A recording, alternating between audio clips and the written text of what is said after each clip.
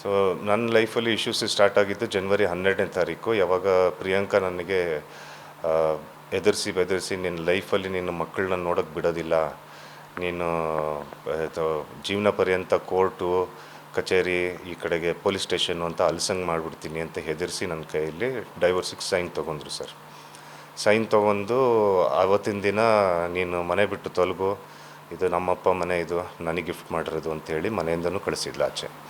So ಆವಾಗ 12ನೇ ತಾರೀಕು ನಾನು ಇಲ್ಲಿ ನಮ್ಮ ಶಾಲೆಗೆ ಬಂದು ನಾನು ಅಲ್ಲಿ ಆಫೀಸ್ ರೂಮ್ನೇ ನಾನು ಅಲ್ಲೇ ಉಳ್ಕೊಂಬಿಟ್ಟಿದ್ದೆ. ನಾನು 1 ವಾರ 15 ದಿನ ಇದ್ದೆ. ನಾನು ಅದಾದ ನಂತರ ಈ ಮನೆಗೆ ನಾನು ಶಿಫ್ಟ್ ಆದೆ. ನಾನು ಇಲ್ಲಿ ಜನವರಿ 14ನೇ ತಾರೀಕು ಒಂದು ಸತಿ ಸಂಕ್ರಾಂತಿ ಹಬ್ಬಕ್ಕೆ ಮಕ್ಕಳನ್ನ ಮಾತಾಡ್ಸೋಣ ಅಂತ ಫೋನ್ ಮಾಡಿದ್ದೆ.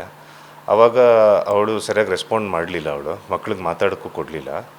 ಆಮೇಲೆ ಒಂದು 2 ದಿನ ಬಿಟ್ಬಿಟ್ಟು ಇದೇ ಮೋಹನ್ ಪ್ರಿಯಾಂಕಾ ಇಬ್ಬರು ನನಗೆ ತಿರುಗಿ ಫೋನ್ ಮಾಡಿದ್ರು. ಅವರು ಆವತ್ತಿನ ದಿನ ಅವರು ಬಾಯಿ ಬಿಟ್ಟು ಹೇಳಿದರು ದಟ್ ಡಿಸೆಂಬರ್ 27 ಹೋಗಿದ್ದು ಸೋಲೋ ಟ್ರಿಪ್ ಅಲ್ಲ, ಇವರಿಬ್ಬರು ಒಟ್ಟಿಗೆ ಹೋಗಿ ಅಲ್ಲಿ ಕಾಶಿಗೆ ಹೋಗಿ ಅಲ್ಲಿ ಇವರಿಬ್ಬರು ಮದುವೆ ಆಗಿ ಹಳೆ ತಾಳಿ ಚೈನನ್ನು ಗಂಗಾ ನದಿಗೆ ಎಸ್ದು ಆಮೇಲೆ ಅಲ್ಲೇ ಊರಿನ ಹೊರವಲಯದಲ್ಲಿ ಯಾವುದೋ ಒಂದು ರ್ಯಾಡಿಸನ್ ಬ್ಲೂ ಅಂತ ಒಂದು 5 ಸ್ಟಾರ್ ಹೋಟೆಲ್ಗೆ ಹೋಗಿ ಅಲ್ಲಿ ರೂಮಲ್ಲಿದ್ದು ಅವರು ಹನಿಮೂನ್ ಮಾಡ್ಕೊಂಡು ಫಸ್ಟ್ ನೈಟ್ ಅದೆಲ್ಲ ಮುಗಿಸ್ಕೊಂಬಿಟ್ಟು ಫುಲ್ಲಿ ಫಿಸಿಕಲ್ ಆಗಿಬಿಟ್ಟು ಬಂದಿದ್ದೀವಿ. ಇವಾಗ ನಾನು ಪ್ರಿಯಾಂಕಾ ಗಂಡ ಹೆಂಡ್ತಿ, ನೀನು ಮಧ್ಯದಲ್ಲಿ ಇನ್ವಾಲ್ವ್ ಆಗಬಾರ್ದು, ನೀನು ಇದು ಮಾಡಬಾರ್ದು ಅಂತೆಲ್ಲ ಏನೋ ರೆಸ್ಟ್ರಿಕ್ಷನ್ಸ್ಗಳೆಲ್ಲ ಹಾಕಕ್ಕೆ ಬಂದ. ಅಲ್ಲಿ ತನಕ ನಾನು ಸುಮ್ಮನೆ ಇದ್ದೆ. ಆಮೇಲೆ ಮಕ್ಳಿಗೆ ಒಂದು ವಾರಕ್ಕೆ ಒಂದು ಸತಿ ಫೋನ್ ಮಾಡಬೇಕು, ತಿಂಗಳಿಗೆ ಒಂದು ಸತಿ ಬಂದು ಮಕ್ಳು ನೋಡ್ಕೊಂಡು ಹೋಗ್ಬೋದು ನೀನು ಅಂತೇನೋ ಮೋಹನ್ ಹೇಳುತ್ತೆ ನನಗೆ. ಆವಾಗ ನಾನು ಅವನಿಗೆ ಹೇಳಿದೆ, ನನ್ನ ಮಕ್ಕಳು ನೋಡೋದಕ್ಕೆ ಯಾವ ದೊಣ್ಣೆ ನಾಯಕ ಅಪ್ಪಣೆ ಬೇಕಾಗಿಲ್ಲ, ಕೋರ್ಟಿಗೆ ಹೋಗ್ತೀನಿ, ಕೋರ್ಟಲ್ಲಿ ತೊಗೊತೀನಿ, ನಾನು ಪರ್ಮಿಷನ್ಗಳು ತೊಗೊಂಬಿಟ್ಟು ಬರ್ತೀನಿ ಅಂತೇಳಿ ಫೋನ್ ಕಟ್ಟಾಗಿತ್ತು ಸರ್ ಅವತ್ತಿನ ದಿನ. ಸೊ ಇವರು ಸೋಲೋ ಟ್ರಿಪ್ಪು ಅಂತೆಲ್ಲ ಹೇಳಿದ್ದೆಲ್ಲ ಸುಳ್ಳು ಅನ್ನೋದು ನನಗೆ ಗೊತ್ತಾಯಿತು. ಇದರ ನಡುವೆ ಜನವರಿ 1ನೇ ತಾರೀಕಿಂದ 7ನೇ ತಾರೀಕು ತನಕ ಇವರು ಅವ್ರ ಅಣ್ಣ, ಅವ್ರ ಅತ್ತಿಗೆ, ಅವ್ರ ಅಮ್ಮ ಮತ್ತು ಅವ್ರ ಅಣ್ಣನ ಇಬ್ಬರು ಮಕ್ಕಳು ಕರ್ಕೊಂಡು ವೆನಿಲಾ ಜೊತೆಗೆ ಇವರು ದುಬೈಗೂ ಹೋಗಿದ್ರು ಸರ್. ಇದೆಲ್ಲ ಸಂಗತಿ ನನಗೆ ನನ್ನ ಬಾಮೈದ ಹೇಳಿರೋದು. ಸೊ ದುಬೈಲಿ ಹೋಗಿದ್ದಾಗಲೂ ಈ ಮೋಹನ್ ದುಬೈಗೆ ಹೋಗಿದ್ದಾನಂತೆ ಅಲ್ಲಿ ಇವ್ರನ್ನ ಮೀಟ್ ಮಾಡೋದಕ್ಕೆ. ಸೊ ಮೀಟ್ ಮಾಡಿದ್ದ ಟೈಮಲ್ಲಿ ಇವನು ಒಂದು ಐಫೋನು ಮತ್ತು ಏನೋ ಗೋಲ್ಡ್ ಚೈನು ಅದೇನೋ ಗಿಫ್ಟ್ ಮಾಡಿದ್ದಂತೆ ಪ್ರಿಯಾಂಕಾಗೆ. ಸೊ ಆವಾಗ ಅವ್ರ ಅಣ್ಣಗೆ ಸಿಟ್ಟು, ಏನೋ ನಡೀತಾ ಇದೆಯಲ್ಲ ಇಲ್ಲಿ, ಏನೋ ರಾಂಗ್ ಆಗ್ತಾಯಿದೆ ಅಂತ ಅವ್ನಿಗೆ ಗೊತ್ತಾಗಿ ಅವನೇನು ಮಾಡಿದ್ದಾನೆ, ಸೀದಾ ಹೋಗಿದ್ದೆ ಅವನ್ನ ಕನ್ಫ್ರಂಟ್ ಮಾಡಿದ್ದಾರೆ. ನನ್ನ ತಂಗಿಗೆ ಐಫೋನ್ ಕೊಡಿಸೋದು ಇಲ್ಲ ಚೈನ್ ಕೊಡ್ಸೋಕ್ಕೆ ಅವ್ಳು ಗಂಡ ಇದ್ದಾರೆ, ನೀನು ಯಾರು ಕೊಡಿಸೋದಕ್ಕೆ ಮಧ್ಯದಲ್ಲಿ ಅಂತ ಅಲ್ಲೇ ಒಂದು ಚಿಕ್ಕದಾಗಿ ಒಂದು ಗಲಾಟೆ ಕ್ಲಾಶ್ ನಡೆದಿದೆ ಅವರಿಬ್ಬರ ನಡುವೆ. ಸೊ ಇದೆಲ್ಲ ನನಗೆ 12ನೇ ತಾರೀಕು ಆದ ಮೇಲೆ ನನಗೆ ನಮ್ಮ ಬಾಮೈದ ನನ್ನ ಹತ್ರ ಇದೆಲ್ಲ ಈ ವಿಚಾರಗಳೆಲ್ಲ ತಿಳಿಸ್ತಾ, ಈ ಮೋಹನ್ ಜೊತೆ ಒಡನಾಟ ನಡೆದಿದ್ದು ಅಂತೆಲ್ಲ. ಇದೊಂದು 20-25 ದಿನ ಹಿಂದೆ ನನಗೆ ಪ್ರಿಯಾಂಕಾ ಅವ್ರದ್ದು ಒಬ್ಬರು ರಿಲೇಟಿವ್ ಫೋನ್ ಮಾಡಿದರು. ಅವರು ಫೋನ್ ಮಾಡಿ ನನಗೆ ತಿಳಿಸಿದ್ದೇನು ಅಂದರೆ, ಪ್ರಿಯಾಂಕಾಗೂ ಮೋಹನ್ನಿಗೂ second year PUC love affair ಇತ್ತಂತೆ, ಅವ್ರದ್ದು ಆಲ್ರೆಡಿ ಅಫೇರ್ ಇತ್ತಂತೆ. ಅದು ಮನೇಲಿ ಗೊತ್ತಾಗಿ ಪ್ರಿಯಾಂಕಾ ಅವ್ರ ತಂದೆ ಮತ್ತು ಅವ್ರ ಮಾವಂದ್ರೆಲ್ಲರೂ ಸೇರಿ ಇವ್ರನ್ನ ಸಪ್ರೇಟ್ ಮಾಡಿಸಿ, ಅವರು ಹೊಸಕೋಟೆಯಲ್ಲಿ ಕಾಲೇಜ್ಗೆ ಹೋಗ್ತಾಯಿದ್ದ ಅದನ್ನು ಬಿಡಿಸಿ ಇಲ್ಲಿ ರಾಜಾಜಿನಗರಲ್ಲಿ ಒಂದು ಮನೆ ಕೊಂಡ್ಕೊಂಡು ಅಲ್ಲಿಗೆ ಶಿಫ್ಟ್ ಆದರು ಅವರು. ಪ್ರಿಯಾಂಕಾ ಅವ್ರ ತಂದೆ, ತಾಯಿ, ಅಣ್ಣ ಮತ್ತು ಅವಳು. ಸೊ ಆ ಶಿಫ್ಟ್ ಆಗಿದ್ದು 3 ತಿಂಗಳೊಳಗೆ ಅವಳನ್ನ ನನ್ನ ಗಂಡು ಹುಡುಕಿ ಅವರು ಮದುವೆ ಮಾಡಿಸಿ ಕೈ ತೊಗೊಂಡ್ರು ಸರ್ ಅವರು. ಇದು ಆ್ಯಕ್ಚುಲ್ ಬ್ಯಾಕ್ಗ್ರೌಂಡ್ ಆಗಿರೋದು ಇವ್ರದ್ದು ನಡುವೆಯಲ್ಲಿ ಸರ್. ಸರ್ ಅದಾದ ನಂತರ ನನಗೆ ಫೆಬ್ರವರಿ 5ನೇ ತಾರೀಕು ಕೋರ್ಟ್ ಡೇಟ್ ಇತ್ತು ಸರ್. ಅಲ್ಲಿ ಫೆಬ್ರವರಿ 3, 4 ಮತ್ತು 5 ನನ್ನ ದೊಡ್ಡ ಮಗಳದ್ದು CET ಅಂತೀನಿ, PUC ಇದು ಪ್ರಾಕ್ಟಿಕಲ್ ಎಕ್ಸಾಮ್ಸ್ಗಳು ಇತ್ತು. ಸೊ ನಾನು ನನ್ನ ದೊಡ್ಡ ಮಗಳು ಮೈಸೂರಲ್ಲಿ ಒಂದು ಹೋಟ್ಲ್ ಮಾಡ್ಕೊಂಡು ನಾವು ಅಲ್ಲೇ ಉಳ್ಕೊಂಡಿದ್ದು. 3, 4 ಮತ್ತು 5ನೇ ತಾರೀಕು ಅವ್ರು ಎಕ್ಸಾಮ್ಸ್ ಮುಗಿಸ್ಕೊಂಡ್ರು. ನಾನು 5ನೇ ತಾರೀಕು ಕೋರ್ಟ್ ಹಿಯರಿಂಗ್ ಇತ್ತು, ನಮ್ಮ ಇದು ಡಿವೋರ್ಸ್ ಕೇಸಿದ್ದು ಸೈನ್ ಹಾಕಿದ್ದಿದ್ದು. ಸೊ ಅಲ್ಲಿಗೆ ಹೋದೆ.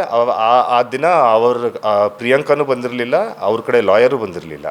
ಸೊ ನಾನು ಕೈ ಮುಗಿದು ಜಡ್ಜಮ್ಮ ಹತ್ರ ಕೇಳ್ಕೊಂಬಿಟ್ಟೆ, ಅಮ್ಮ ನನಗೆ ಇದು ಬೇಡ, ನನಗೆ ಈ ಡಿವೋರ್ಸ್ ಬೇಡ, ನನಗೆ ಮಕ್ಕಳು, ನನ್ನ ಹೆಂಡ್ತಿ ಬೇಕು, ನನಗೆ ಈ ಡಿವೋರ್ಸ್ ಬೇಡ, ನಂಗೆ ಭಯಪಡಿಸಿ ಹೆದರಿಸಿ ಬೆದರಿಸಿ ನನ್ನ ಕೈಲಿ ಸೈನ್ ಹಾಕ್ಸ್ಕೊಂಡಿರೋದಿದ್ದು ಅಂತ ಹೇಳಿದಾಗ ಜಡ್ಜ್ ಮೇಡಮ್ ಅವರು ಡಿಸ್ಮಿಸ್ ಮಾಡಿದ್ರು ಕೇಸನ್ನ. ಡಿಸ್ಮಿಸ್ ಮಾಡಿ ನಾನು ವಾಪಸ್ ಹರಿಹರಕ್ಕೆ ಬಂದೆ. ತಿರುಗಿ ದಿನ ಬೆಳಗ್ಗೆ ಮಹದೇವಪುರ ಆಲ್ ವುಮೆನ್ಸ್ ಪೊಲೀಸ್ ಸ್ಟೇಷನಿಂದ ಫೋನ್ ಬಂತು, ಸರ್ ನಿಮ್ಮ ಮೇಲೆ ಕಂಪ್ಲೇಂಟ್ ಆಗೈತೆ, ನಿನ್ನೆ ರಾತ್ರಿ ನೀವೇನೋ ಪ್ರಿಯಾಂಕಾ ಅವ್ರ ಮನೆ ಮುಂದೆ ಹೋಗ್ಬಿಟ್ಟು ಗಲಾಟೆಗಳೆಲ್ಲ ಮಾಡಿದ್ದೀರಾ ಅಂತ.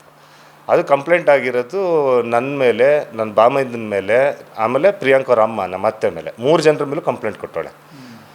3 ಜನರು ಸೀನಲ್ಲಿ ಇಲ್ಲ ಅಂತೆ ಅವತ್ತಿನ ದಿನ. ನಾನು ಇಲ್ಲಿದ್ದೀನಿ ನಾನು. ಸೊ ಅದನ್ನು ನಾನು ಪೊಲೀಸ್ ಸ್ಟೇಷನ್ಗೆ ಹೋಗ್ಬಿಟ್ಟು ಎಕ್ಸ್ಪ್ಲೈನ್ ಮಾಡಿದೆ, ಈ ಥರ ಎಲ್ಲ ಮಾಡಿದ್ದಾಳೆ ಸರ್, ಹಿಂಗೆಲ್ಲ ಮಾಡಿದ್ದಾಳೆ. ಇದೆಲ್ಲ ನಡೆಯೋ ನಡುವೆಯಲ್ಲೇ ನನಗೆ ಒಂದು ಮೋರ್ ಇನ್ಫಾರ್ಮೇಷನ್ ಬಂತು ದಟ್ ಇವಳು IVFಗೆ ಓಡಾಡ್ತಾ ಇದ್ದಾಳೆ ಮಾಡಿಸ್ಕೊಳ್ಳೋಕ್ಕೆ ಅಂತ.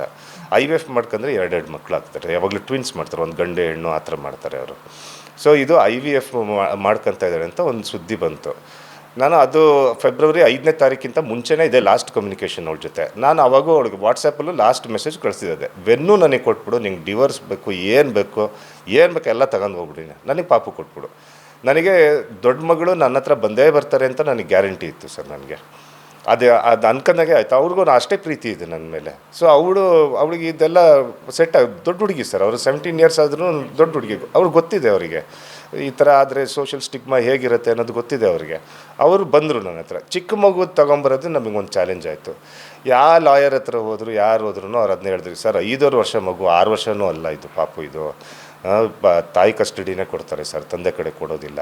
ಲೀಗಲಾಗಿ ವಿಸಿಟೇಷನ್ ರೈಟ್ಸಿಂದ ಜಾಯಿಂಟ್ ಕಸ್ಟಡಿ ಅಂತ ಆ ಥರ ಹಿಂಗೆ ಲೀಗಲಾಗಿ ಹೋಗೋಣ, ನಾವು ದುಡುಕಿ ಏನಾರು ಮಾಡಿದೆ ತಪ್ಪಾಗ್ಬಿಡುತ್ತೆ ಅಂತ. ಸರಿ ಸರ್ ಅಂತ ಒಪ್ಕೊಂಡೆ ಸರ್. ಪಾಪು 24th ಆಫ್ ಮಾರ್ಚು ಅಂದರೆ 25th ಆಫ್ ಮಾರ್ಚು ಪಾಪು ತೀರ್ಕೊಂಡಿದ್ದೆ ಅಂತ ಇದು ಮಾಡಿದ್ದು ಸರ್. ಅದು ಕರೆಕ್ಟ್ ಒಂದು ವಾರದ ಮುಂಚೆ ಇವರಿಬ್ಬರು ಗೋವಾಗೆ ಹೋಗೋದಕ್ಕೆ ಈ ಪಾಪು ಅವ್ರದ್ದು ವಾಟೆವರ್ ಅವ್ರು ಏನು ಮಾಡ್ತಾರೋ ಅಲ್ಲಿ ಅದಕ್ಕೆ ಹಿಂಡರೆನ್ಸ್ ಆಗುತ್ತೆ ಅಂತ ಹೇಳ್ಬಿಟ್ಟು ರಾಮಮೂರ್ತಿ ನಗರಲ್ಲಿ ನಮ್ಮ ಬಾಮೈದನ ಮನೆಯಲ್ಲಿ ಬಿಟ್ಬಿಟ್ಟು ಹೋಗಿದ್ದಾರೆ ಪಾಪುನ. ಸಾಯಂಕಾಲ ನನಗೆ ಬಾಮೈದ ಫೋನ್ ಮಾಡಿ, ಬಾವ ಬನ್ನಿರಿ, ವೆನ್ನು ಬಂದಿದ್ದಾರೆ ಅಂತ ಹೇಳಿದ್ರು. ತಿರುಗಿ ದಿನ ಬೆಳಗ್ಗೆ ಹೋಗಿ ಪಾಪುನ ಎತ್ತಾಡಿಸಿ ಕೊಂಡಾಡಿ ಎಲ್ಲ ಚೆನ್ನಾಗಿ ಅವ್ರ ಜೊತೆ ಎಷ್ಟಾಗುತ್ತೋ ಅಷ್ಟು ಚೆನ್ನಾಗಿ ಆಟಾಡಿ ಎಲ್ಲ ಮಾಡಿಬಿಟ್ಟು ನಾನು ಅವತ್ತೊಂದು ಸ್ವಲ್ಪ ನಮಗೂ ನನ್ನ ಅತ್ತೆಗೂ ಒಂದು ಸ್ವಲ್ಪ ಕ್ಲ್ಯಾಶ್ ಆಯಿತು. ಅದಕ್ಕೆ ನಾನು ಅಲ್ಲಿಂದ ಬೇಜಾರಲ್ಲಿ ಹೊರಟ್ಬಿಟ್ಟೆ. ನಾನು ಅಲ್ಲಿಂದ ಹೊರಟು ಬಂದಮೇಲೆ ತಿರುಗಿ ದಿನ ಲಾಸ್ಟ್ ನನ್ನ ಮಗಳನ್ನ ನಾನು ವಾಟ್ಸಪ್ ವೀಡಿಯೋ ಕಾಲಲ್ಲಿ ಮಾತಾಡಿದ್ದೆ ಲಾಸ್ಟು. ಅದಾಗಿದ ಮೇಲೆ ಪಾಪುದು ಈ ಥರ ವೈಟ್ ಫೀಲ್ಡ್ಗೆ ವೈದೇಹಿ ಹಾಸ್ಪಿಟ್ಲಿಗೆ ಬನ್ನಿರಿ ಎಲ್ಲ ಕೆಲಸ ಬಿಟ್ಟು ಅಂತ ಹೇಳಿದ್ರು. ಹೋದೆ ಹಾಸ್ಪಿಟ್ಲಿಗೆ. ಇದು ಬಾಮೈದನೇ ಮಾಡಿದ್ದು ಫೋನ್ ಸರ್. ಸೊ ಹೋದಾಗ ಗೊತ್ತಾಯಿತು ದಟ್ ಪಾಪು ಇನ್ನಿಲ್ಲ ನಮ್ಮ ಹತ್ರ ಅಂತ. ಅವತ್ತು ತುಂಬ ಬೇಜಾರಲ್ಲಿ, ತುಂಬ ಒಂಥರ ಮನಸ್ಸಿಗೆ ತುಂಬ ನೋವಾಗ್ಬಿಟ್ಟಿತ್ತು ಸರ್. ಯಾರ ಹತ್ರನೂ ಏನು ಮಾತಾಡೋಕ್ಕಾಗಲಿಲ್ಲ, ಏನೂ ಇಲ್ಲ. ಆವಾಗ ಒಂದು 2 ಮಾತು ಕೇಳಿ ಬಂತು ನನಗೆ. ರಾತ್ರಿ 11 ಗಂಟೆಗೆ ಪಾಪುಗೆ ಬಿರಿಯಾನಿ ತಿನ್ನಿಸಿದಾರಂತೆ ಸರ್. ಆನ್ಲೈನ್ ಫುಡ್ಡೆಲ್ಲ ಡೆಲಿವರಿ ತೊಗೊಂಡ್ಬಿಟ್ಟು ತಿನ್ನಿಸ್ಬಿಟ್ಟು ಪಾಪುಗೆ ಮಲಗಿಸಿದ್ದಾರೆ. ಬೆಳಗ್ಗೆ ಎದ್ದಾಗ ಪಾಪು ಈಸ್ ನೋ ಮೋರು. ಹಾಸ್ಪಿಟ್ಲಿಗೆ ಕರ್ಕೊಂಡು ಹೋಗಿದ್ದಾರೆ. ಆವಾಗ ಡಿಕ್ಲೇರ್ಡ್ ಬ್ರಾಡ್ ಡೆಡ್ ಅಂತ. ಪಾಪು ಮೂಗಲಿಂದ ರಕ್ತ ತೆಗಿತಾ ಇದ್ರಂತೆ ಸರ್. ಇಲ್ಲಿ ಇದೇನೋ ಕಪ್ತರ ಹಿಂಗೆ ಹಾಕಿ ಹಿಂಗೆ ತೆಗಿತಾರೆ, ಅದ್ರಲ್ಲಿ ಮಾಡ್ತಾಯಿದ್ರಂತೆ. ಅದು ರಾಘು ನೋಡಿಬಿಟ್ಟು ಅವನಿಗೆ ಡೌಟ್ ಬಂದ್ಬಿಡ್ತು, ಇವ್ರು ಏನೋ ಕಿತಾಪತಿ ಮಾಡಿದ್ದಾರೆ ಇವರು ಅಂದ್ಬಿಟ್ಟು ಸೀದಾ ಹೋಗ್ಬಿಟ್ಟು ಕಾಡುಗೋಡಿ ಸ್ಟೇಷನಲ್ಲಿ ಫಸ್ಟ್ FIR ರಾಘುನೇ ಮಾಡಿಸಿದ್ದು, ಅವರೇ ಮಾಡಿಸಿದ್ದು. ಅವ್ರು ಮಾಡಿಸಿದ್ಮೇಲೆ ನಾನು ಹೋದೆ. ನನಗೂ ಹೇಳ್ದೆ ರಾಘು, ಅಲ್ಲ ಬಾವ, ಬಿರಿಯಾನಿ ತಿಂದರೆ ಯಾವುದೇ ಹಾಳಾಗಿರೋ ಬಿರಿಯಾನಿ ಆಯಿತು ಅಂತ ಹೇಳಿದ್ರೆ ಒಂದು ವಾಮಿಟ್ ಆಗಬೇಕು, ಇಲ್ಲ ಒಂದು ಲೂಸ್ ಮೋಷನ್ ಆಗಬೇಕು. ಮೂಗಲ್ಲಿ ರಕ್ತ ಹೆಂಗೆ ಬರುತ್ತೆ ಬಾವ, ಅದು ಎಲ್ಲಿ ಕೇಳಿದ್ದೀರಾ ನೀವು ಅಂತ ಹೇಳಿದೆ. ಊರಾಗಯ್ಯ ಅದು ಆಗೋದಿಲ್ಲ ಆ ಥರ ಅಂತ. ಆವಾಗಲೇ ಅವರು ಸರಿ ಅಂತ ಹೇಳ್ಬಿಟ್ಟು, ನಾನು ಆಗಲೇ FIR ಮಾಡಿಸಿದ್ದೀನಿ ಬಾವ, ನಾವು ಸ್ಟೇಷನ್ಗೆ ಹೋಗೋಣಂತೆ ಆಮೇಲೆ ಅಂತೆಲ್ಲ ಮಾತಾಡಿದ್ವಿ. ಆಮೇಲೆ ಸಂಜೆಗೆಲ್ಲ ಪಾಪು ಕೊಟ್ಟರು, ನನ್ನ ಡೆಡ್ ಬಾಡಿ ಕೊಟ್ಟರು. ಅವತ್ತು ಸಾಯಂಕಾಲನೇ ಹೊಸಕೋಟೆಗೆ ಹೋದು ಮಣ್ಣು ಮಾಡಿ ಬಂದ್ಬಿಟ್ವಿ ಸರ್ ಮಗುವುದೇ ಪಾಪ. ಆಮೇಲೆ ಹೋದ್ರೆ ಹೋಯ್ತು ಬಿಡು, ಯಾರ ಮೇಲೆ ಆದರೂ ಸಿಟ್ಟು ಮಾಡ್ಕೊಂಡು ಏನು ಉಪಯೋಗ, ನನ್ನ ಮಗುವಂತೂ ವಾಪಸ್ ಬರೋದಿಲ್ಲ, ಎದಕ್ಕೆ ಗಲಾಟೆ ಮಾಡಬೇಕು ಅಂತ ಸುಮ್ಮನೆ ಇದ್ದೆ ಸರ್ ನಾನು. 4ನೇ ತಾರೀಕು ನನಗೆ ಕಾಡುಗೋಡಿ ಸ್ಟೇಷನಿಂದ ಫೋನ್ ಬಂತು, ಬಂದ್ಬಿಡಪ್ಪ ಸ್ಟೇಷನಿಗೆ ಅಂತ ಕರೆದ್ರು. ಹೋದೆ ಸರ್. ನಾನು ಇಲ್ಲೇ ಇದ್ದೆ, ಇಲ್ಲಿಂದನೇ ಹೋದೆ ನಾನು. ಆವತ್ತು ನನ್ನ ಕೈಗೆ ಪೋಸ್ಟ್ಮಾರ್ಟಮ್ ರಿಪೋರ್ಟ್ ಬಂದೈತಪ್ಪ ತೊಗೊಳ್ಳೋ ಅಂತ ಹೇಳ್ಬಿಟ್ಟು ಕೈ ಕೊಟ್ಟು ಅವ್ರೇನೋ ಸೈನೆಲ್ಲ ಹಾಕಿಸ್ಕೊಂಬಿಟ್ಟು ಇದು ಮಾಡಿದ್ರು. ನಾನು ಅಲ್ಲೇ ನಿಂತ್ಕೊಂಡಿದ್ದು ಓದಿದೆ. ನಾನು ಪೋಸ್ಟ್ಮಾರ್ಟಮ್ ನೋಡಿ ಕಾಸ್ ಆಫ್ ಡೆತ್ ನೋಡಿದೆ. ಅದರಲ್ಲಿ cause of death is combined effect of asphyxiation due to windpipe obliteration and blunt force trauma to the abdomen ಅಂತಲೇ ಬರೆದಿದೆ ಸರ್ ಅದರಲ್ಲಿ. ಸರಿ, ನನಗೆ ಅರ್ಥ ಆಗುತ್ತೆ, ನನಗೂ ಅದು ಗೊತ್ತದು ಏನಂತ. ಮೆಡಿಕಲ್ ಬ್ಯಾಕ್ಗ್ರೌಂಡ್ ಇಲ್ಲ ನಮಗೆ, ಒಂದು ಸ್ವಲ್ಪ ಜನರಲ್ ನಾಲೆಡ್ಜ್ ಇತ್ತು. ನಾನು ಇದನ್ನ ತೊಗೊಂಡು ಅಲ್ಲಿರೋ ಇನ್ಸ್ಪೆಕ್ಟರ್ ಹತ್ರ ಹೋಗಿದ್ದೆ ನಾನು. ಸರ್ ಏನು ಸರ್ ಈ ಥರ ಬಂದಿದೆ ಪೋಸ್ಟ್ಮಾರ್ಟಮ್ ರಿಪೋರ್ಟು ಅಂತ ಹೇಳಿದಾಗ, ಇಲ್ಲಪ್ಪ ಒಂದು ಕೆಲಸ ಮಾಡೋಣ, ನಾವು FSL ರಿಪೋರ್ಟಿಗೆ ಕಾಯೋಣ. FSL ರಿಪೋರ್ಟ್ ಬರಲಿ, ಬಂದಮೇಲೆ ಅದನ್ನ ತೊಗೊಂಡೋಗಿ ಡಾಕ್ಟರ್ಗೆ ಒಂದು ಫೈನಲ್ ಒಪಿನಿಯನ್ ಅಂತ ಕೊಡೋಣ. ಡಾಕ್ಟ್ರ್ ಫೈನಲ್ ಒಪಿನಿಯನ್ ಏನು ಕೊಡ್ತಾರೆ ಅದನ್ನ ನೋಡಿ ಅದ್ರ ಬೇಸ್ಡ್ ಮೇಲೆ ನಾವು ಇದು ತೊಗೊಳ್ಳೋಣ, ಅದು ಏನದು ಮರ್ಡ್ರ್ ಕೇಸೋ ಇಲ್ಲ ಏನು ಕೇಸು ಅಂತ ನಾವು ಇದು ಮಾಡೋಣ ಡಿಸೈಡ್ ಮಾಡೋಣ ಲೇಟ್ರ್ ಅಂತ ಹಂಗೆ ಹೇಳ್ಬಿಟ್ಟು ಕಳಿಸ್ಬಿಟ್ರು ನನ್ನ. ನಾನು ಸ್ಟೇಷನಿಂದ ಆಚೆ ಬಂದಿದ್ದೆ, ಅದನ್ನು ಫಸ್ಟು ಅದನ್ನ ಓದಿ ಅದನ್ನ ಕ್ಲೀನಾಗಿ ಮೊಬೈಲಲ್ಲಿ ಸ್ಕ್ಯಾನ್ ಮಾಡಿಬಿಟ್ಟು ಕಳಿಸ್ತಾರೆ ಸರ್. ಆ ಥರ ಸ್ಕ್ಯಾನ್ ಮಾಡಿ ನಮ್ಮ ಅಕ್ಕ ಬಂದ್ಬಿಟ್ಟು UK ಅವರು ಚಿಲ್ಡ್ರನ್ ಸ್ಪೆಷಲಿಸ್ಟ್ ಡಾಕ್ಟರ್ ಸರ್. ಅವ್ರೊಂದು 23 ಇಯರ್ಸಿಂದನೂ ಅವರು ಶೀಸ್ ಪ್ರಾಕ್ಟೀಸಿಂಗ್ ಡಾಕ್ಟರು. ಅವ್ರಿಗೆ ಕಳಿಸ್ಕೊಟ್ಟೆ. ಅವರು ಟ್ರಾಮಾ ಕೇರಲ್ಲೆಲ್ಲ ಕೆಲಸ ಮಾಡಿ ಎಕ್ಸ್ಪೀರಿಯೆನ್ಸ್ ಇರೋಂಥವ್ರು ಅವರು. ಸೊ ಅವ್ರಿಗೆ ಕಳಿಸ್ದೆ ನಾನು. ಅವರೊಂದು 5 ನಿಮಿಷಕ್ಕೆ ತಿರುಗಿ ಫೋನ್ ಮಾಡಿಬಿಟ್ಟು, ಪ್ರವೀಣ್ ಇದರಲ್ಲಿ ಇದು ಅನ್ಯಾಚುರಲ್ ಡೆತ್ ಅಲ್ಲ, ಇದು ಆಕ್ಸಿಡೆಂಟಲ್ ಡೆತ್ ಅಲ್ಲ, ಇದು ಮೋಸದ ಸಾವು, ದಿಸ್ ಈಸ್ ಹಾಮಿಸೈಡ್ ಅಂತಲೇ ಅವ್ರು ಹೇಳ್ಬಿಟ್ರು ಸರ್. ಅವ್ರು ಹೇಳಿದಾಗ ತಲೆ ಚಕ್ಕರ್ ಹೊಡೋಗ್ಬಿಡ್ತು. ನನಗೆ ಏನು ಮಾಡಬೇಕು ಏನು ಮಾಡೋಕ್ಕೂ ಗೊತ್ತಾಗ್ತಾ ಇಲ್ಲ ಅಲ್ಲಿ ಸರ್ ಅವಾಗ. ಆಮೇಲೆ ಅವರೇ ಹೇಳಿದ್ರು, ನನ್ನೊಬ್ಬರು ಕಲೀಗೊಬ್ಬರು ಪೊಲೀಸ್ ಡಿಪಾರ್ಟ್ಮೆಂಟಲ್ಲಿದ್ದಾರೆ, ನಾನು ಅವ್ರಿಗೆ ಕಳಿಸ್ಕೊಡ್ತೀನಿ, ಇದನ್ನು ಪೋಸ್ಟ್ಮಾರ್ಟಮ್ ರಿಪೋರ್ಟ್ನ ಕಳಿಸ್ಕೊಡ್ತೀನಿ, ನೋಡೋಣ ಅವ್ರು ಏನು ಹೇಳ್ತಾರೆ ಅಂತ. ಆಮೇಲೆ ಏಪ್ರಿಲ್ 30 ನನಗೆ ಅವ್ರ ಆಫೀಸಿಂದ, ಅಂದರೆ ಹಿಂದಿನ ದಿನವೇ ಫೋನ್ ಬಂತು. ನಾವು 30th ಏಪ್ರಿಲ್ಲು ಆಫೀಸಿಗೆ ಹೋದ್ವಿ. ನಾವು ಹೋದಾಗ MS ಬಿಲ್ಡಿಂಗು ಲೋಕಾಯುಕ್ತ ಆಫೀಸ್ಗೆ ಹೋಗಿದ್ದು ನಾವು. ಆಮೇಲೆ ಅಲ್ಲಿ 3rd ಫ್ಲೋರ್ಗೆ ಹೋಗ್ಬೇಕು ಅವ್ರನ್ನ ಮೀಟ್ ಮಾಡೋಕ್ಕೆ ಹೋದ್ವಿ. ಮೇಲೆ ಹೋಗ್ಬಿಟ್ಟು ನೋಡಿದಾಗ ಆವಾಗ ನಮಗೆ ಗೊತ್ತಾಗಿದ್ದು ಅವರು IGP ಲೋಕಾಯುಕ್ತ ಕರ್ನಾಟಕ ಅಂತ. ಅದಕ್ಕಿಂತ ಮುಂಚೆ ನಮಗೆ ಅವರ ಡೆಸಿಗ್ನೇಷನು ಗೊತ್ತಿರಲಿಲ್ಲ. ಆಮೇಲೆ ಸರ್ ಕೂತ್ಕೊಂಡ್ಬಿಟ್ಟು 1-1.5 ತಾಸು ನಮ್ಮ ಜೊತೆ ಕೂತ್ಕೊಂಡು ಎಲ್ಲ ಕೇಳಿದ್ರು, ಎಲ್ಲ ಏನಾಯಿತು ಎತ್ತಾಯಿತು ಅಂತೆಲ್ಲ ಕೇಳಿಬಿಟ್ಮೇಲೆ ಒಂದು ರಿಟರ್ನಲ್ಲಿ ಒಂದು ಕಂಪ್ಲೇಂಟ್ ಕೊಡಿ, ನನ್ನ ಕೈಯಲ್ಲಿ ಏನಾಗುತ್ತೆ ಎಷ್ಟಾಗತ್ತೆ ನಾನು ಇದನ್ನ ಫಾಲೋ ಅಪ್ ಮಾಡ್ತೀನಿ, rest B assured we will find justice for vanilla ಅಂತ ಹೇಳಿಬಿಟ್ಟು ಕಳಿಸಿದ್ರು ಸರ್ ನಮ್ಮನ್ನ. ನಾವು ಬಂದು ಒಂದು ವಾರಕ್ಕೆ ನಮಗೆ ACP ಆಫೀಸಿಂದ ಫೋನ್ ಬಂತು, ಅಪ್ಪ ಬಂದ್ಬಿಡಪ್ಪ ಇಲ್ಲಿ ವೈಟ್ಫೀಲ್ಡ್ ACP ಆಫೀಸಿಗೆ ಅಂತಾರೆ. ಸರಿ ಸರ್ ಬರ್ತೀನಿ ಅಂತ ಹೋಗಿದ್ದಾಗ ನನಗೆ ACP ರೀನಾ ಸುವರ್ಣ IPS ಅವ್ರದ್ದು ಕ್ಯಾಬಿನಿಗೆ ಕರ್ಕೊಂಡು ಹೋದರು. ಆವಾಗ ರೀನಾ ಸುವರ್ಣ ಮೇಡಮ್ ಅವರು ಒಂದು ಸುಮಾರು 2.5-3 ತಾಸು ತನಕ ನನ್ನ ಜೊತೆ ಕೂತಿ ಎಲ್ಲ ಅವ್ರು ಹೇಳಿದ್ರು, ಎಲ್ಲ ಡೀಟೇಲ್ಸ್ ಹೇಳಪ್ಪ, ಚಿಕ್ಕದಾಗಿರಲಿ ದೊಡ್ಡದಾಗಿರಲಿ, ಅದು ಬೇಕೋ ಬೇಡವೋ ನಾವು ಡಿಸೈಡ್ ಮಾಡ್ತೀವಿ, ಆದರೆ ನೀ ಹೇಳೋದು ನಮಗೆ ಅಂತ ಹೇಳಿ ನಮ್ಮಿಂದ ಒಂದು 3 hours ಕೂತು ಎಲ್ಲ ಡೀಟೇಲ್ಸ್ ತೊಗೊಂಡ್ರು. ಆಮೇಲೆ ಆವಾಗ ತಾನೇ ಇದು ಸರ್ಕಲ್ ಇನ್ಸ್ಪೆಕ್ಟರು ಗೋವರ್ಧನ್ ಅವರು ಕಾಡುಗೋಡಿ ಸ್ಟೇಷನಿಗೆ ಬಂದಿದ್ದರು ಅವರು. ಸೊ ಅವ್ರನ್ನೂ ಕರ್ಸ್ಕೊಂಬಿಟ್ಟು ಅವತ್ತೇ ಹೇಳಿದ್ರು, ನೋಡಪ್ಪ ಇವರು ಬಂದ್ಬಿಟ್ಟು ಇನ್ವೆಸ್ಟಿಗೇಷನ್ ಆಫೀಸರ್ ಆಗ್ತಾರೆ ಇವಾಗ, ನಾನು ಬಂದ್ಬಿಟ್ಟು ಇನ್ವೆಸ್ಟಿಗೇಷನ್ದು ಟೀಮ್ನ ಲೀಡ್ ಮಾಡ್ತೀನಿ ನಾನು. ಸೊ ರೆಸ್ಟ್ ಬಿ ಅಶ್ಯೂರ್ಡು, ಯಾರಾದರೂ ಒಬ್ಬರು ಏನಾರ ಇಂಟರ್ಫಿಯರೆನ್ಸ್ ಮಾಡ್ತಾರೆ ಆ ಥರ ಈ ಥರ ಅದನ್ನೆಲ್ಲ ತೆಗೆದಾಕ್ಬಿಡು, ಏನೇ ಆದರೂ ಐ ವಿಲ್ ಸೋಲ್ಲಿ ನಿನಗೆ ನ್ಯಾಯ ಕೊಡಿಸೋ ಕೆಲಸ ನನ್ನ ಜವಾಬ್ದಾರಿ ಅಂತ ಅವ್ರು ಪ್ರಾಮಿಸ್ ಮಾಡಿದ್ರು.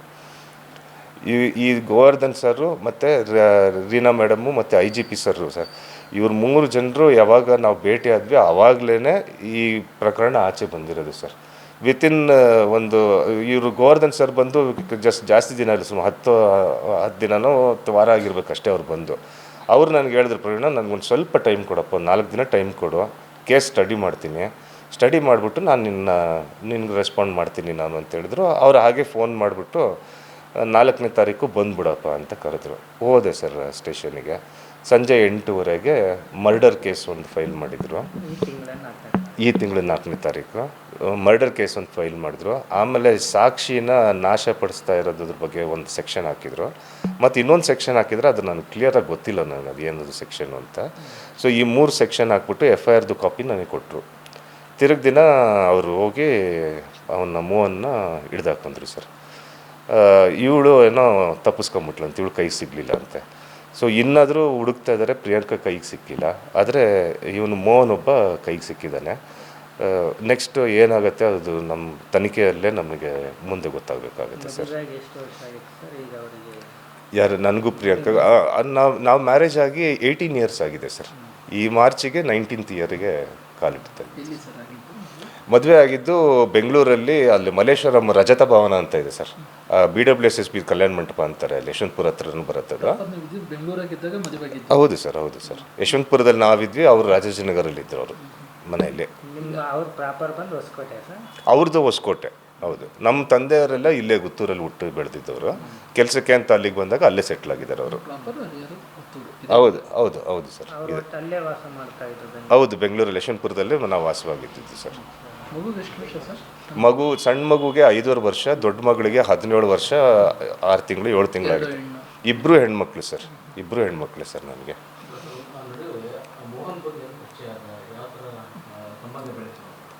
ಸರ್ ಸರ್ ಮೋಹನ್ ಬಂದು ಭೇಟಿಯಾಗಿದ್ದು ಈ ನವಂಬರ್ 15 ಆಸುಪಾಸಲ್ಲಿ ಬಂದವರು ಭೇಟಿಯಾಗಿದ್ದು. ಸೊ ಆವಾಗ ಇವ್ರದ್ದು ಅದೇ ಒಂದು ಹೊಸಕೋಟೆಯಿಂದ ಸಿಡ್ಲಘಟ್ಟ ಹೋಗೋ ರೋಡಲ್ಲಿ ಇವ್ರದ್ದೊಂದು 50-60 ಏಕರ್ಸ್ ಲ್ಯಾಂಡ್ ಇತ್ತು ಸರ್. ಅದರಲ್ಲಿ ಒಂದು 30 ಎಕರೆಯನ್ನು ಜಾಯಿಂಟ್ ವೆಂಚರ್ ಆಗಿಬಿಟ್ಟಿತ್ತು, ಇನ್ನೊಂದು 30-25 ಎಕರೆದು ಲಿಟಿಗೇಷನಲ್ಲಿ ಬಿದ್ದಿಟ್ಟಿತ್ತು. ಇವನು ಆ ಲ್ಯಾಂಡ್ ಯಾರೋ ಡೆವಲಪರ್ ಬಿಲ್ಡರ್ ಯಾರೋ ಸಿಗ್ತಾರೆ, ಅವ್ರನ್ನ ಕರ್ಕೊಂಬರ್ತೀನಿ, ಈ ಪ್ರಾಬ್ಲಮ್ಸ್ ಎಲ್ಲ ಸಾಲ್ವ್ ಮಾಡಿಸ್ಬಿಡ್ತೀನಿ ನಾನು ಅಂತ ಹೇಳ್ಕೊಂಬಿಟ್ಟು ಅವನು ಇವ್ರಿಗೆ ಇಂಟ್ರೊಡ್ಯೂಸ್ ಆಗಿರೋದು. ಇಂಟ್ರೊಡ್ಯೂಸ್ ಆಗಿದ್ದಾಗ ನಂಬರ್ಸ್ ಎಲ್ಲ ಎಕ್ಸ್ಚೇಂಜ್ ಮಾಡ್ಕೊಂಡಿದ್ದಾರೆ. ಹಾಗೆ ಮತ್ತೆ ಮಾತಾಡೋದು ಶುರು ಮಾಡಿದ್ದಾರೆ. ನಾನು ಇವರು ಅವಾಗವಾಗ ಮೈಸೂರಿಂದ ಬೆಂಗಳೂರಿಗೆ ಹೋಗಿ ಬರ್ತೀನಿ ಅಂತ ಹೋಗ್ತಾ ಇದ್ದೆ. ನಾನೇನು ಅನ್ಕೊಂಡಿದ್ದೆ, ಲ್ಯಾಂಡ್ ಡೀಲ್ ಆಗ್ತಾಯಿದೆಯಲ್ಲ ಅದಕ್ಕೆ ಓಡಾಡ್ತಾ ಇದ್ದಾರೆ ಬಿಡು ಅಂತ ಹೇಳ್ಬಿಟ್ಟು ನಾನು ಸುಮ್ಮನಿದ್ದೆ. ಅದು ಬೇರೆ ಅರ್ಥನೇ ಹೋಗ್ಬಿಡ್ತದೆ ಸರ್. ಅದು ಅಂದರೆ ಅವರ ಪರಿಚಯ ಆದಾಗಿಂದ ಆಗಿರೋದು. ಅಂದರೆ ಎಷ್ಟು ದಿನಗಳಿಂದ? ಎಷ್ಟು ತಿಂಗಳು? ಇಲ್ಲ, ಇವರು ನನಗೊಬ್ಬರು ಅವ್ರ ರಿಲೇಟಿವೇ ಫೋನ್ ಮಾಡಿ ಹೇಳಿದ್ದು, ಈ ಪ್ರಿಯಾಂಕ ಮತ್ತು ಮೋಹನ್ ಇವರಿಬ್ಬರು PU ಕಾಲೇಜು ಒಂದೇ ಇದೆ, ಅದು ಕಾಲೇಜಲ್ಲೇ ಓದಿರೋದು. ಇವರಿಬ್ಬರ ನಡುವೆ ಆವಾಗಲೇ ಲವ್ ಇತ್ತು.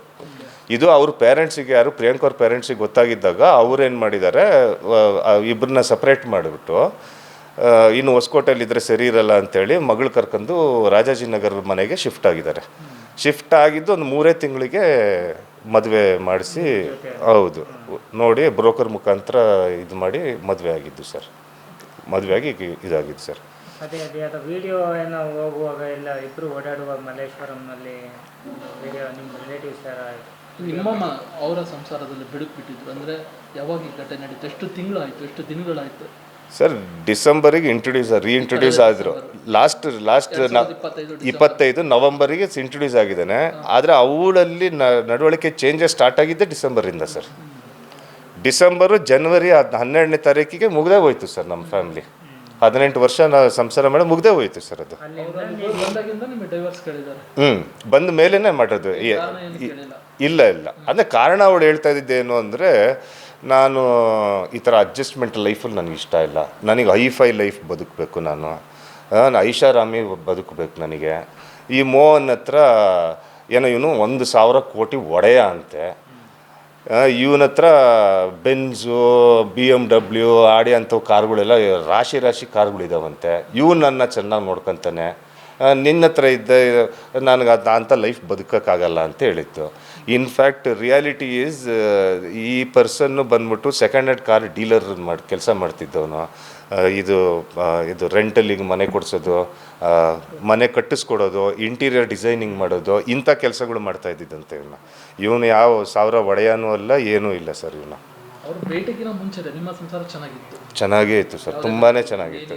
ಏನು ಇಶ್ಯೂ ಸರ್, ಇಶ್ಯೂಸ್ ಇಲ್ಲ ಅಂತ ಹೇಳಕ್ಕೆ ಬರೋದಿಲ್ಲ. ಏನಕ್ಕಂದರೆ ಇವಾಗ ಒಂದು ಫ್ಯಾಮ್ಲಿ ಅಂದಮೇಲೆ ಹೋಗೋದು ದೊಡ್ಡ ಗಲಾಟೆಗಳು ಯಾವುದೂ ಇಲ್ಲ ಸರ್.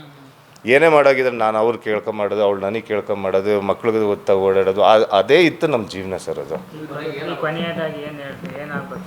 ಸರ್ ಇವಾಗ ಏನಾಗಿರೋದು ಅಂತ ಹೇಳಿದ್ರೆ ಸರ್, ನನ್ನ ಚಿಕ್ಕ ಮಗಳಿಗೆ ಈ abdomen, right side of the ಅಬ್ಡೋಮನ್ನಲ್ಲಿ ಸ್ವೆಲ್ಲಿಂಗ್ ಬಂದಿತ್ತು. ಪೋಸ್ಟ್ಮಾರ್ಟಮ್ ರಿಪೋರ್ಟಲ್ಲಿ 400 ml ಬ್ಲಡ್ ಇದೆ ಅಂತೆ ಸರ್, ಬ್ಲಡ್ ಕ್ಲಾಟ್ ಆಗಿದೆ ಅಂತೆ ಸರ್, ಇಲ್ಲಿ ಕಟ್ಟಿದೆ ಅಂತೆ ಸರ್. ಈ 400 ml ಬ್ಲಡ್ಡು ಒಂದು 5.5 ವರ್ಷ ಮಗುಗೆ ಇಲ್ಲಿ ಬಂದು ಕಟ್ಟಿದೆ ಅಂದರೆ ಎಷ್ಟು ಬಲವಾಗಿ ಅವ್ರಿಗೆ ಹೊಡೆದಿರಬೇಕು ಸರ್ ಅದು. ಸೊ ಇವ್ರು ಯಾವುದೇ ಕಾರಣಕ್ಕೂ ಇವ್ರು ನಾವು ಮೆಟ್ಲಿಂದ ಬಿದ್ದೀವಿ ಸರ್. ನಾವು ಕೈ ಮುರ್ಕೊಂಡಿದ್ದೀವಿ, ಕಾಲು ಮುರ್ಕೊಂಡಿದ್ದೀವಿ, ತಲೆ ಬೊಬ್ಬು ಆಗಿದ್ದಾವೆ ನಮಗೆ. ಅದು ಬಿಟ್ಟು ಬೇರೆ ಅಂಥದ್ದು ಏನಾಗಿದೆ ಸರ್? ನಾವು ಸಾವಪ್ಪ ಅಂಥದ್ದು ಏನಾಗಿದೆ? ಅದರಲ್ಲೂ ಪಾಪು ಕಾರ್ದ ಸೀಟಿಂದ ಕೆಳಗೆ ಬಿದ್ದಿರೋದು, ಮತ್ತೆ ಮೆಟ್ಲು ಅಲ್ಲ, ಅವಳೇ ಹೇಳಿರೋ ಪ್ರಕಾರಾಗಿ.